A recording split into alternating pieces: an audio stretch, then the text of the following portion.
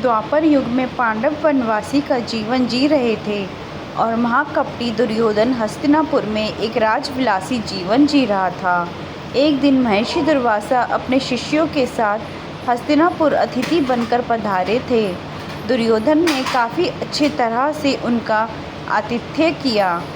इसी पवित्र कार्य के बीच दुर्योधन ने अपने मामा शकुनी के साथ मिलकर पांडवों को परास्त करने की एक नई योजना बनाई। जब महर्षि दुर्वासा ने कहा कि अब हम भोजन करेंगे, तब दुर्योधन बोला कि ऋषियों को भोजन कराना तो एक महापुण्य का कार्य है, लेकिन महर्षि दुर्वासा मैं आपसे अनुरोध करता हूँ कि इस महापुण्य को प्राप्त करने का अवसर मैं अपने बड़े भ्राता युधिष्ठिर को देना चाहूँगा। इतना कहकर दुर्योधन ने महर्षि दुर्वासा और उनके शिष्यों को नज़दीक के वन में बसे युधिष्ठिर की कुटिया में भोजन करने के लिए भेज दिया, क्योंकि वह जानता था कि दोपहर के उस समय पांडव द्रौपदी सहित खाना खा चुके होंगे और कुटिया में अन्न शेष नहीं होगा। कुछ ही समय में महर्षि दुर्वासा अपने शिष्यों के साथ पांडवों की कुटिया के सामने थे। वहाँ युधिष्ठिर ने उनका बड़े आदर के साथ स्वागत किया। महर्षि दुर्वासा ने युधिष्ठिर को दुर्योधन के साथ हुआ अपना वार्तालाप बता दिया और कहा कि मैं और मेरे शिष्य स्नान के पश्चात भोजन ग्रहण करेंगे। इतना कहकर वे सभी ऋषिगण स्नान करने के लिए नदी पार गए। धर्मराज युधिष्ठिर ने यह बात तुरंत जाकर द्रौपदी को बताई।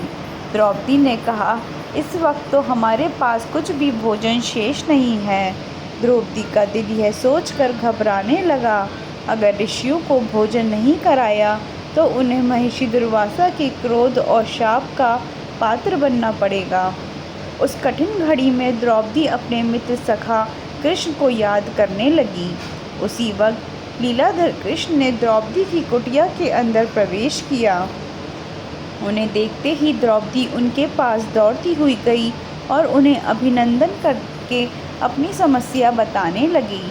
कृष्ण ने कहा, द्रौपदी, तुम्हारी समस्या को कुछ समय के लिए भूल जाओ और सबसे पहले मुझे कुछ खाने को दो, मुझे बड़ी ज़ोरों की भूख लगी है। तब द्रौपदी ने अक्षय पात्र लाकर कृष्ण के हाथ में दिया, साथ ही अपनी समस्या भी बताई। महर्षि दुर्वासा और उनके शिष्य कुछ देर में भोजन करने के लिए आने वाले हैं, लेकिन घर में तो जरा सा भी भोजन शेष नहीं है। द्रौपदी की बात सुनकर कृष्ण मुस्कुराए और पात्र में देखने लगे। उस पात्र में चावल का सिर्फ एक दाना बचा था।